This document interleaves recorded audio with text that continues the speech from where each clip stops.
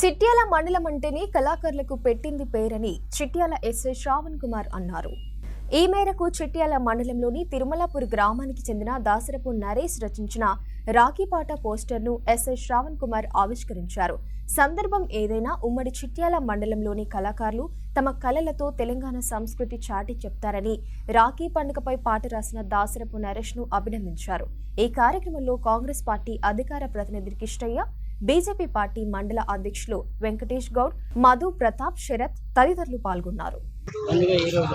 మన రాఖీ పండుగ సందర్భంగా మన చిట్యాల కళాకారులందరూ కలిసి ఈరోజు మన చిట్యాల సెంటర్లోనే రాఖీ పండుగను ఆవిష్కరించారు.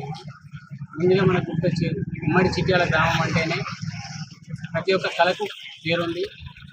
ఓన్లీ రాఖీ పాటలనే కాకుండా ప్రతి ఒక్క దాంట్లో మన తెలంగాణ సంస్కృతి ప్రతిబింబించేలా పల్లె పాటలు కానీ, మన సంక్రాంతి పాటలు కానీ, ఈ అన్ని పాటలను ఇంతకుముందు తీసుకొచ్చారు. ఇవే కాకుండా విప్లవ గీతాలకు మంచి పేరు ఉంది. అలాంటి అన్ని గీతాలు ముందు ఎంకరేజ్ చేయాలని కోరుకుంటున్నాను. ఈరోజు ఈ రాఖీ పండుగ రచించినటువంటి నటించినటువంటి అందరి నటులను అభినందిస్తూ ఇక ముందు ఏ ప్రోత్సాహం కావాలన్నా మేము ముందుంటామని ధన్యవాదాలు.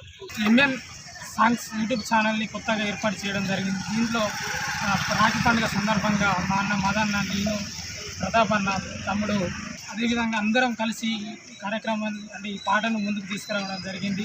దయచేసి ఈ పాటను మీరు అందరూ ఆదరించి నన్ను ఆదరిస్తారని, మా కళాకారులు అందరినీ ఆదరిస్తారని ప్రభా తమ్ముడు మంచి డైరెక్షన్ చేసింది ఈ పాటకు.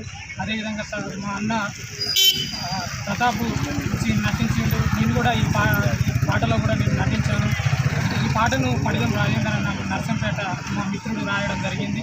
అదేవిధంగా సంధ్య కూడా దీంట్లో గానం చేయడం జరిగింది. మదన్న కూడా మంచి గానం చేసి నటుడు కూడా నటించిండు. వెనుక కూడా సాయి కిరణ్ మ్యూజిక్ అందించడం జరిగింది.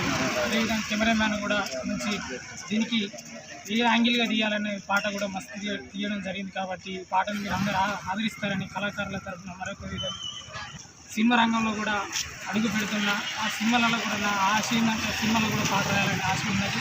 దాన్ని మీ ఆశీస్సులు ఎప్పటికీ నాకు అందిస్తారని మనస్ఫూర్తిగా మరొకసారి మీ పాదాలకు వందనాలు తెలియజేస్తున్నా.